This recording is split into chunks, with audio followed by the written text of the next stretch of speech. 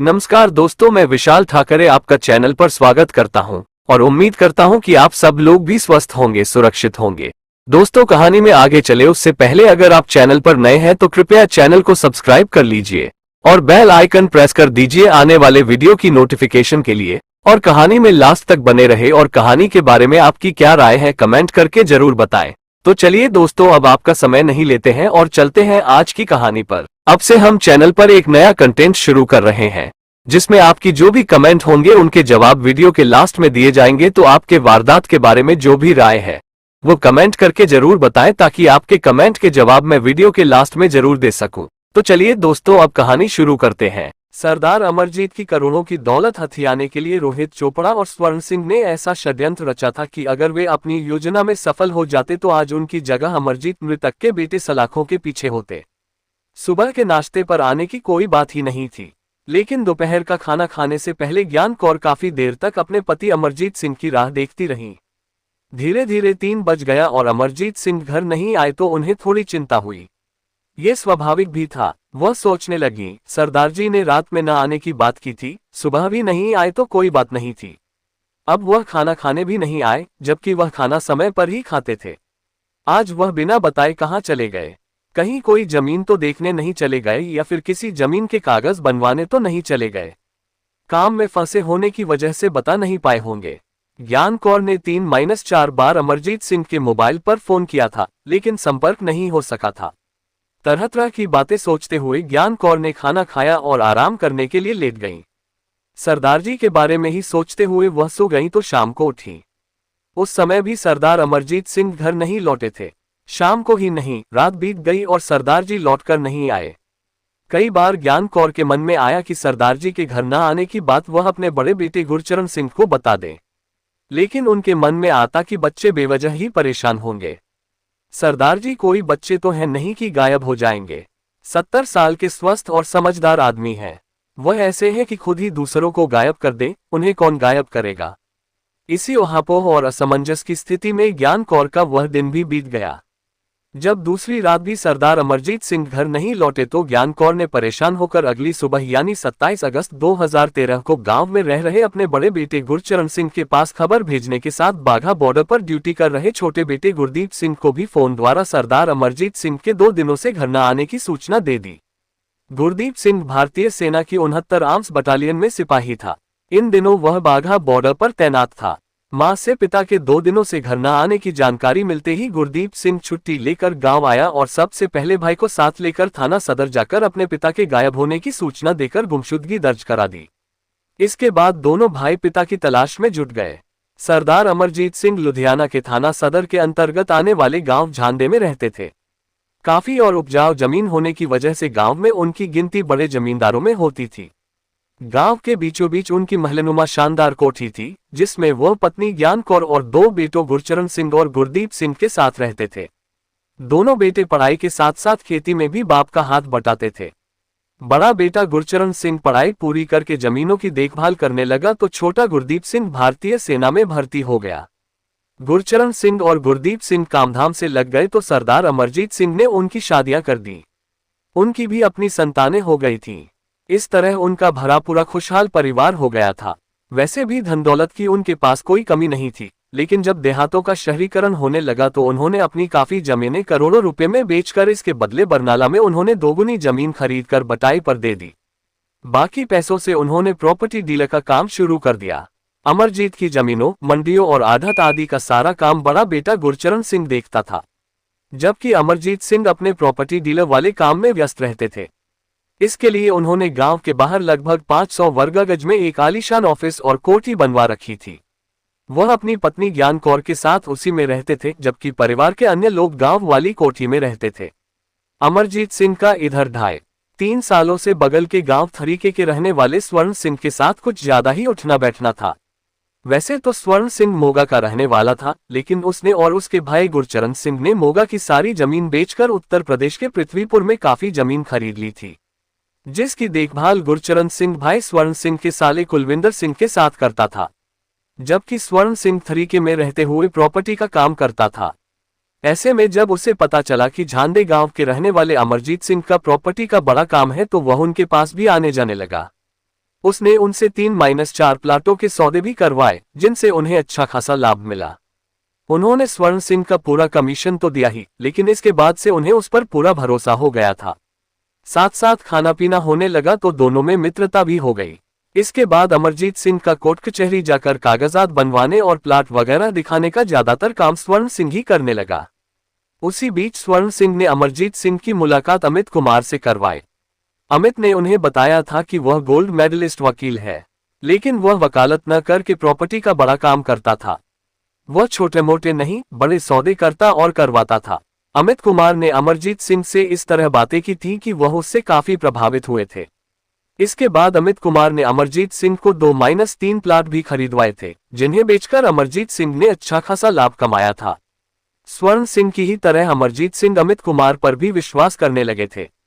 इसके बाद अमित कुमार ने अमरजीत सिंह के साथ मिलकर करीब 2.5 करोड़ रुपए का एक सौदा किया, जिसके लिए उन्होंने 50-50 लाख रुपए का 2 बार में भुगतान किया था।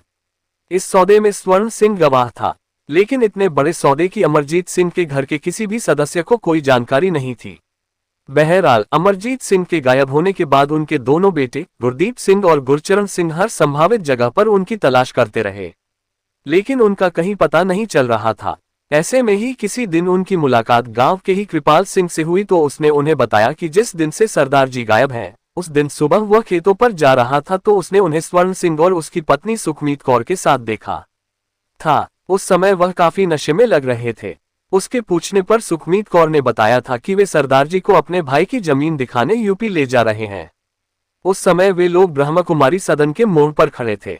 कुछ देर बाद एक इंडिका कार आई तो सभी उसमें सवार होकर चले गए थे।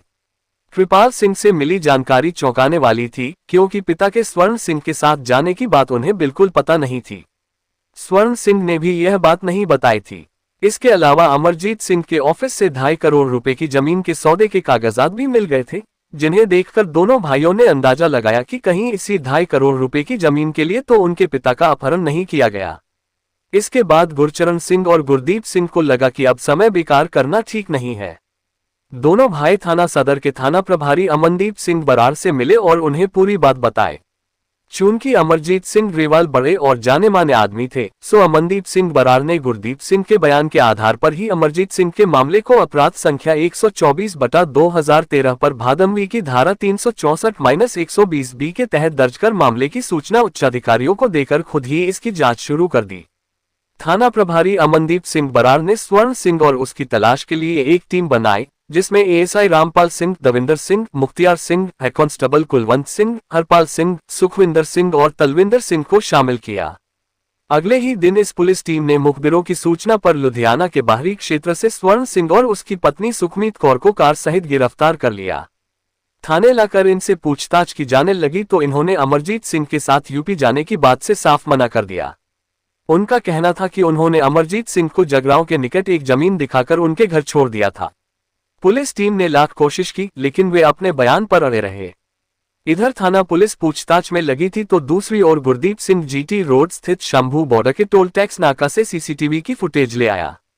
थाना प्रभारी अमनदीप सिंह बरार ने वह फुटेज देखी तो उसमें स्पष्ट दिखाई दे रहा था कि 25 अगस्त की सुबह 9 बजे के आसपास इंडिका कार, जिसका नंबर PB192277 था, उसकी अगली सीट पर नशे की हालत में अमरजीत सिंह बैठे थे। ड्राइवर की सीट पर स्वर्ण सिंह बैठा था और पीछे की सीट पर सुखमीत कौर बैठी थी। अगले दिन यानी 26 अगस्त की शाम को वही गाड़ी लौटी थी, लेकिन उसमें अमरजीत सिंह नहीं थे। फुटेज देखकर स्वर्ण सिंह कुछ कहने लायक नहीं रह गया था। फिर भी उसने बात को घुमाने की कोशिश की। उसने कहा कि कुछ जमीन अंबाला के पास थी। सरदार जी ने कहा था कि जब यहाँ तक आए हैं तो लगे हाथ उसे भी देख लेते हैं। उसे देखने के लिए वे अंबाला चले गए थे, लेकिन स्वर्ण सिंह का ये बहाना भी नहीं चला और अंत में उसे अपना अपराध स्वीकार करना पड़ा। स्वर्ण सिंह ने बताया था कि अमरजीत की हत्या करके उनकी लाश को उन लोगों ने नहर में फेंक दी थी। स्वर्ण सिंह के बताए अनुसार इस हत्याकांड में 5 लोग शामिल थे। एक तो वह स्वयं था, दूसरा उसका भाई गुरचरण सिंह, तीसरा साला कुलविंदर सिंह, चौथा पत्नी सुखमीत कौर और 5वां था अमित कुमार उर्फ रोहित कुमार। स्वर्ण सिंह और सुखमीत कौर पुलिस गिरफ्त में थे। उनके बयान के बाद पुलिस ने इस मुकदमे में धारा 364-120 बी के साथ 302-201 बी, 255459 आर्म्स एक्ट जोड़कर स्वर्ण सिंह और सुखमीत कौर को ड्यूटी मजिस्ट्रेट के समक्ष पेश किया, जहां से उन्हें विस्तृत पूछताछ के लिए 2 दिनों के पुलिस रिमांड पर लिया गया। रिमांड के दौरान ही उनकी निशानदेही पर उत्तर प्रदेश के पृथ्वीपुर से उसके भाई गुरचरण सिंह और साले कुलविंदर सिंह को भी गिरफ्तार कर लिया गया। रिमांड अवधि खत्म होने पर पुलिस ने स्वर्ण सिंह और सुखमीत कौर के साथ गुरचरण सिंह एवं कुलविंदर सिंह को अदालत में पेश करके लाश एवं सबूत जुटाने के लिए 9 दिनों के पुलिस रिमांड पर लिया। रिमांड अवधि के दौरान ही अभियुक्तों की निशानदेही पर पंजाब पुलिस ने यूपी पुलिस की मदद से उत्तर प्रदेश के फर्रुखाबाद के निकट रामगंगा नदी में जाल डालकर मृतक अमरजीत सिंह की लाश की तलाश के लिए मिर्जापुर से जलालाबाद तक जाल डाला, लेकिन तमाम कोशिशों के बाद भी लाश बरामद नहीं हो सकी। पुलिस ने गिरफ्तार अभियुक्तों की निशानदेही पर इस हत्याकांड के मुख्य अभियुक्त अमित कुमार उर्फ विजय उर्फ रोहित चोपड़ा की तलाश में कई जगह छापे मारे, लेकिन वह पुलिस के हाथ नहीं लगा। इस बीच पुलिस ने हत्या में प्रयुक्त कार, डंडा, 32 और 315 बोर के 2 रिवाल्वर के साथ 10 लाख रुपए नकद बरामद कर लिए थे। रिमांड अवधि खत्म होने पर पुलिस ने चारों अभियुक्तों स्वर्ण सिंह, उसकी पत्नी सुखमीत कौर, उसके भाई गुरचरण सिंह और साले कुलविंदर सिंह को एक बार फिर अदालत में पेश किया, जहां से उन्हें न्यायिक अभिरक्षा में जिला जेल भेज दिया गया।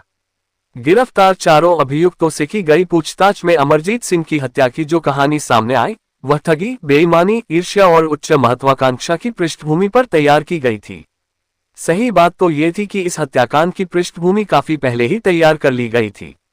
अगर हत्यारे अपनी योजनानुसार अपने इरादों में सफल हो जाते तो उनकी जगह मृतक के दोनों बेटे पिता की हत्या के आरोप में जेल की हवा खा रहे होते और अभियुक्त उनकी प्रॉपर्टी पर ऐश कर रहे होते।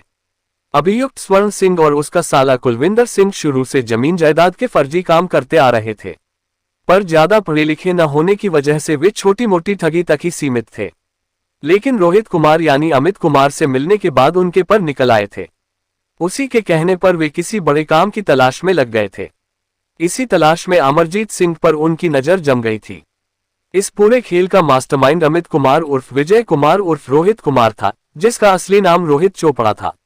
वह लुधियाना के घुमार मंडी के सिविल लाइन के रहने वाले दर्शन चोपड़ा के 3 बेटों में सबसे छोटा था। लगभग 7 साल पहले उसकी शादी इंदु से हुई थी, जिससे उसे 5 साल की एक बेटी थी। रोहित बचपन से ही अति महत्वाकांक्षी शातिर दिमाग था।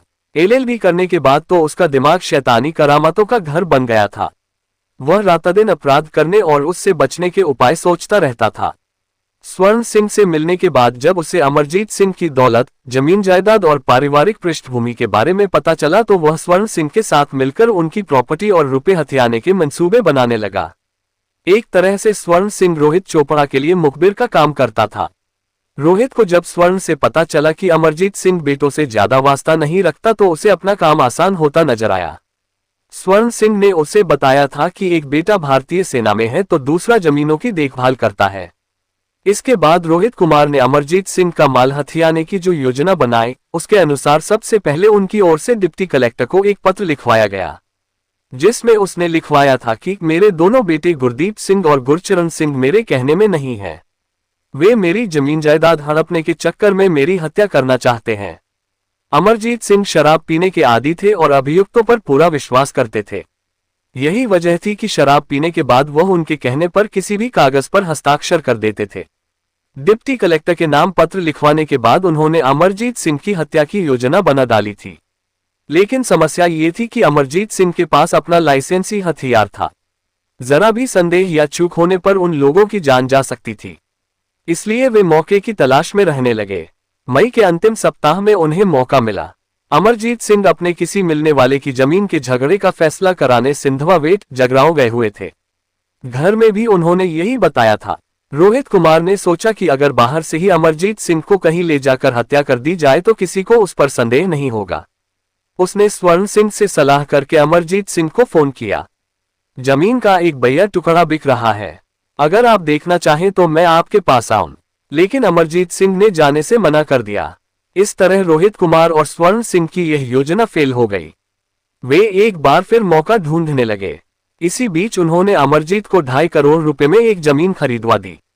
इसकी फर्जी रजिस्ट्री भी उन्होंने करा दी। इसमें भी गवाह स्वर्ण सिंह था। पार्टी को पैसे देने के नाम पर उन्होंने उनसे 50-50 लाख करके 1 करोड़ रुपए भी ले लिए। किसी भी जमीन की रजिस्ट्री करवाने के बाद उसका दाखिल खारिज कराना जरूरी होता है। उसी के बाद खरीदार निश्चिंत हो जाता है कि उस जमीन पर किसी तरह का विवाद नहीं है। अमरजीत सिंह द्वारा खरीदी गई जमीन के दाखिल खारिज का समय आया तो स्वर्ण सिंह और रोहित कुमार को चिंता हुई, क्योंकि उस जमीन के सारे कागजात फर्जी थे। जब जमीन ही नहीं थी तो कैसी रजिस्ट्री और कैसा दाखिल खारिज। पोल खुलने के डर से रोहित कुमार और स्वर्ण सिंह परेशान थे। ऐसे में अमरजीत सिंह की हत्या करना और जरूरी हो गया था, क्योंकि सच्चाई का पता चलने पर अमरजीत सिंह उन्हें छोड़ने वाला नहीं था। दाखिल खारिज के लिए 10-12 दिन बाकी रह गए तो वे अमरजीत सिंह को सस्ते में जमीन दिलाने की बात कहकर खरीदने के लिए उकसाने लगे। स्वर्ण सिंह और उसकी पत्नी सुखमीत कौर ने अमरजीत सिंह को बताया कि उसके भाई कुलविंदर सिंह की पृथ्वीपुर में काफी जमीन है जिसे वह बेचना चाहता है। उसे पैसों की सख्त जरूरत है, इसलिए वह कुछ सस्ते में दे देगा। उसी जमीन के बारे में बातचीत करने के लिए 24 अगस्त की रात स्वर्ण सिंह अमरजीत सिंह के ऑफिस में ही रुक गया। देर रात तक वे शराब पीते रहे। स्वर्ण सिंह अमरजीत सिंह को अधिक शराब पिलाकर पृथ्वीपुर चलकर जमीन देखने के लिए राजी करता रहा। जब अमरजीत सिंह चलने के लिए तैयार हो गए तो सुबह के लगभग 5:30 बजे अपने घर थरीके जाकर वह अपनी सफेद रंग की इंडिका कार ले आया, जिसका नंबर PB 19E2277 था। उसके साथ उसकी पत्नी सुखमीत कौर भी थी। स्वर्ण सिंह ने कार ब्रह्म कुमारी शांति सदन के मोड़ पर खड़ी कर दी और अमरजीत सिंह के ऑफिस जाकर बोला, भाई जी चलो, गाड़ी आ गई है। नशे में धुत अमरजीत सिंह सोचने समझने की स्थिति में नहीं थे।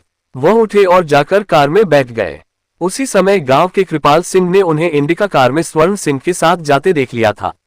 अंबाला दिल्ली होते हुए वे पृथ्वीपुर पहुंचे। वहां स्वर्ण सिंह के भाई गुरचरण सिंह और साले कुलविंदर सिंह ने अमरजीत सिंह का स्वागत बोतल खोलकर किया। शराब पीते पीते ही शाम हो गई। अब तक अमरजीत सिंह खूब नशे में हो चुके थे। उनसे उठा तक नहीं जा रहा था। उसी स्थिति में उन्होंने उन्हें वहीं कमरे में गिरा दिया और सब मिलकर पीटने लगे। वहीं लकड़ी का एक मोटा डंडा पड़ा था।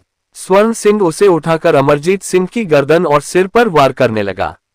उसी की मार से अमरजीत की गर्दन टूटकर एक और लुढ़क गई और उनके प्राण पखेरु उड़ गए। जब उन लोगों ने देखा कि अमरजीत का खेल खत्म हो गया है तो उन्होंने लाश को कार में डाला और उसे ठिकाने लगाने के लिए चल पड़े। रामगंगा नदी के पुल पर जाकर उन्होंने अमरजीत सिंह की लाश को नदी में फेंक दिया। इसके बाद गुरचरण और कुलविंदर पृथ्वीपुर लौट गए तो स्वर्ण सिंह पत्नी सुखमीत कौर के साथ लुधियाना आ गया। पुलिस ने स्वर्ण सिंह, सुखमीत कौर, गुरचरण सिंह और कुलविंदर सिंह को तो जेल भेज दिया, लेकिन अमित कुमार उर्फ रोहित कुमार पुलिस के हाथ नहीं लगा था। 15 दिसंबर 2013 को इस मामले की जांच क्राइम ब्रांच को सौंप दी गई थी। कथा लिखे जाने तक अमरजीत सिंह की लाश बरामद नहीं हो सकी थी।